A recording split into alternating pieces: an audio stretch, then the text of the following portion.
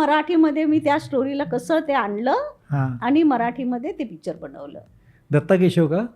नाही, ते होते प्रभाकर नायक होते. प्रभाकर त्याच्यात. नायक. अच्छा, हां. आपण दत्ता केशव बरोबर पण तू एक काहीतरी केलं ना? केलं, नंतर केलं मी ते. हां, ते कोणतं होतं? ते दत्ता केशव आले माझ्याकडे भिंगरीपासून. अच्छा. हां. पण भिंगरी तर अशी गाजली काय विचारताच हां. नाही सोय. मग त्याची त्यामागची हे भिंगरी ते कशी काय नाचायला लागली? त्यावेळेस काय झालं, तेवढं सोडून आम्ही बनवलं. तर आम्हाला काही, आम्ही प्रोड्युसर बनण्याची आमची लायकीच नव्हती खरी. हां. ना आमच्याकडे पैसा होता ना काय होता, तरी पण चला बनवलं. पण त्याच्याही भयंकर कथा झाल्या. ते कोल्हापूरला कधी बायका लाटणं पोळपाट घेऊन मोर्चा काढायचे, कारण ते पोस्टर लागलं उलटी मी ते कैची फाईट हां उलटी पडून मी ते हां. रमेश देवच्या गळ्यात तंगड्या अडकवल्यात हां. वगैरे वगैरे. तर त्यावेळेस ते लाटणं पोळपाट घेऊन मोर्चा वगैरे निघाला होता. हां. आणि म्हटलं अरे अरे अरे, पहिल्याच पिक्चरला आपलं सगळं आता हे होणार काय होणार. पण काय नाही, कसंही करून हे पिक्चर लागलंच पाहिजे. तर त्यावेळेस आपले दत्तारामजी गायकवाड होते, हां. ते मराठीचे खूप मोठे हो. प्रोड्युसर होते. त्यांच्या 2-3 पिक्चरला मी कामं केली होती. थांब लक्ष्मी कुंकू लावते, पाटलाची सून, दामकरी काम. तर ते म्हणाले की काय नाही, मी तुमचं पिक्चर रिलीज करीन. पण आम्हाला त्यावेळेस काहीच कळत नव्हतं, काय रिलीज आणि काय नाही, काय मिळतंय काय नाही मिळतं, आम्हाला काहीच कळलं नाही आणि आम्ही अडकलो. पण म्हणतात ना, देवाची कृपा अशी की मराठी पिक्चरची सबसिडी त्या वर्षापासून सुरू झाली आणि जे लोक दुसरं पिक्चर बनवतील त्याला सबसिडी मिळेल. त्यावेळेस असं होतं. बरोबर आहे, कर परतीची योजना. हां, पण ते आता असं नाही आहे. आता असं नाही. पण त्यावेळेस असं होतं हो. की तुम्हाला हे कशा करता देतोय आम्ही, की तुम्ही दुसरं पिक्चर करावं. आता आम्ही पहिल्याच पिक्चरला एवढे अडकलेलो, तर दुसरं कसं करणार. तर काहीतरी करून बाबा केलं म्हणजे ही सबसिडी मिळेल आपल्याला. मग आम्ही काय करायचं, कसं तरी करून परत धडपड करून आपलं भिंगरी चित्रपटाची कथा केली. आणि मग त्या शूटिंगला सुद्धा आमच्याकडे काही नसायचं, सेट लावायला पैसे नसायचे. काय करून आम्ही कसं करून असे सेट लावायचो आणि ते पिक्चर बनवलं आम्ही. पण म्हणतात ना, ती वेळ येणारच होती. तर भिंगरीनी माझं खरोखरच भिंगरीसारखं फिरवलं आणि माझं भविष्य बदललं. भिंगरी अशी फिरली, अशी नाचली, अशी गाजली. त्या काळामध्ये सिंगल थिएटर, टोरिंग टॉकीज म्हणजे तंबू थिएटर्स, अरे बाप रे बाप, म्हणजे शहरांपासून गावांपर्यंत आणि जत्रांमध्ये तुफान हिट झालं. काय आठवणी? मी खरंच सांगते, हा फार मोठा चमत्कार होता. हां. मला देवाने मराठी इंडस्ट्रीमध्ये आणायचं होतं. हां. मराठी इंडस्ट्रीला एक नवीन दिशा द्यायची होती. हां. कारण मराठी सिनेमा जो एकाच टाईपचा जो बनत होता, एक तमाशा चित्रपट बनायचे किंवा थोडे बहुत काही कॉमेडी चित्रपट बनायचे थोडेसे, हां. पण जास्त करून तमाशे चित्रपट बनायचे आणि तेच पाटील, तीच तमाशगिरी वगैरे वगैरे चालायचं. तर मी जेव्हा तेवढं सोडून बनवलं, तेवढं सोडून बोला, त्याच्यामधली हिरोईन पण डॅशिंगवाली हिरोईन होती. नंतर भिंगरी जी होती ती त्याच्याहून पुढे होती. अगदी आता ज्या मुली अगदी पॅन्ट आणि हां. टी शर्ट वगैरे जे घालतात, त्यावेळेस मी ते सगळं केलेलं आहे. आणि ती एक नवीन हिरोईन जेव्हा मराठी सिनेमाला आली आणि नवीन सब्जेक्ट होता, नवीन हिरोईन होती, टॉप मोस्ट आर्टिस्ट जे असायचे, निळू फुले किंवा डॉक्टर लागू वगैरे वगैरे, हे सगळे माझ्या सिनेमात असायचे. आणि एक कौतुक लोकांमध्ये असं होतं की बाबा एका सिनेमात एवढे लोक जे एक निळू फुले घेणार किंवा डॉक्टर लागू एकटे घेणार किंवा एकटी कोणी हिरोईन घेणार, त्याहून हिच्या सिनेमामध्ये सगळे मराठीचे टॉप स्टार असतात. आणि एक मुलगी जी डॅशिंग, आता यंग मुलगी जी म्हणजे 20मधली जी असेल, 20-22 वर्षाची असेल किंवा अशी, आणि त्या मुलीनी एक नवीन चित्रपट जो आणला.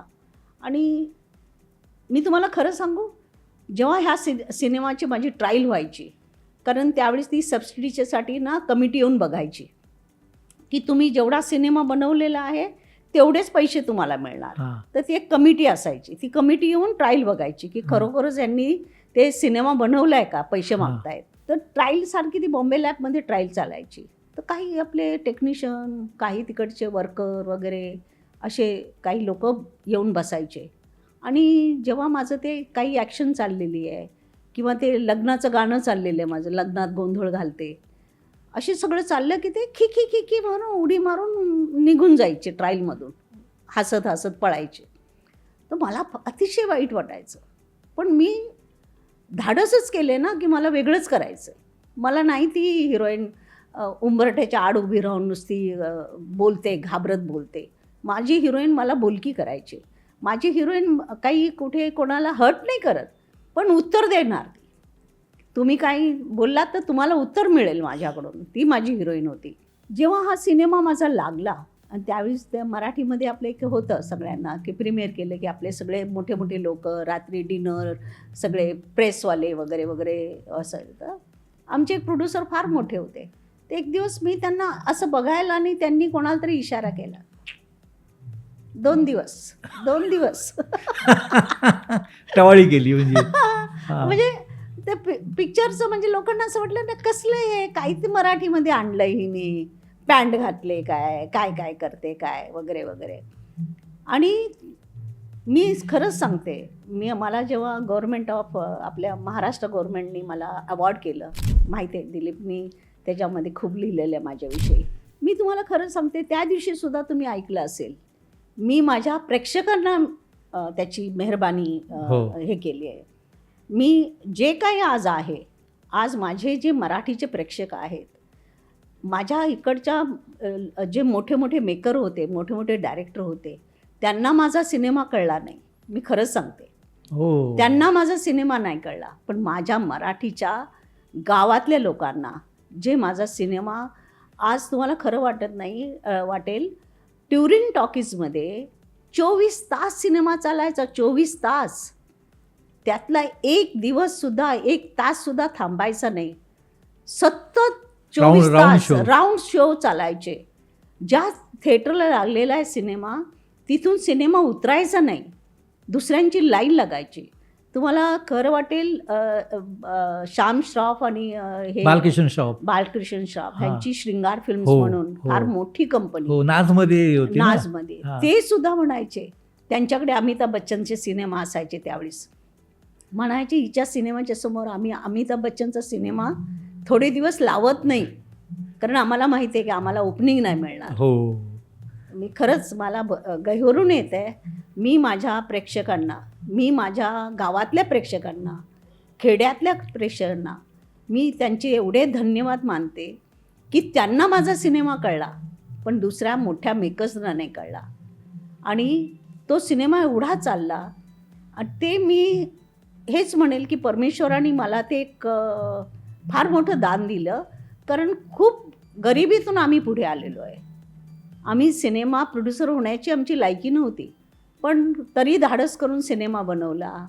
आणि परत भिंगरीमध्ये पण आमच्याकडे काही पैसे नसायचे. सेटवर मी जेव्हा नार नखऱ्याची मी त्या गाण्यामध्ये मी बघते की काही क्राऊड येऊन उभा राहिला आहे. मी शॉट देते वरती स्टेजवर आणि काही लोक येऊन असे उभे राहिलेले आहेत. तर नंतर शॉट झाल्यानंतर लवकर त्यांची लोकं धावली आणि सेटवरचं सामान लगेच काढायला लागले. तर आम्ही म्हणलं काय आहे, सामान काय काढतात, सगळं ते कटआउट वगैरे लावलेलं वगैरे. तर आमच्याकडे पैसे नसायचे. तर आमच्या एका माणसाने काय सांगितलं की देवानंदचं एक गोडाऊन आहे तिकडे, त्या म्हणाले त्या वॉचमनला थोडे पैसे दिले ना तर तिकडचं सामान आणून आपण सेटवर लावू शकतो. आणि तसं केलेलं ते. तर ते आर्ट डायरेक्टरला कळलं, देवानंदचा आर्ट डायरेक्टर ते टीके देसाई, ते पहिल्यांदा मी पाहिलेले त्यांना. ते सगळं सामान त्यांनी हे केलं की या गोडाऊनचं सामान यांनी चोरून या सेट लावलेलं आहे म्हणून. मग त्यांना मी जरा भेटले जरा सांगितलं, तर ठीक आहे हे तुमचं गाणं संपल्यावर आम्ही आमचं सामान घेऊन जाणार. पण परमेश्वरची कृपा अशी की नंतर शेवटपर्यंत मरोस्तोपर्यंत तेच माझे आर्ट डायरेक्टर राहिले. अरे टीके देसाई म्हणजे नंबर त्या काळातले टॉपचे आर्ट डायरेक्टर. मराठी मनोरंजन सृष्टीमधील मालिका, चित्रपट, नाटक तसेच कलाकारांबद्दलच्या नवीन अपडेट्स जाणून घेण्यासाठी नक्की सबस्क्राईब करा इट्स मज्जा मराठी या आपल्या नवीन यूट्यूब चॅनलला.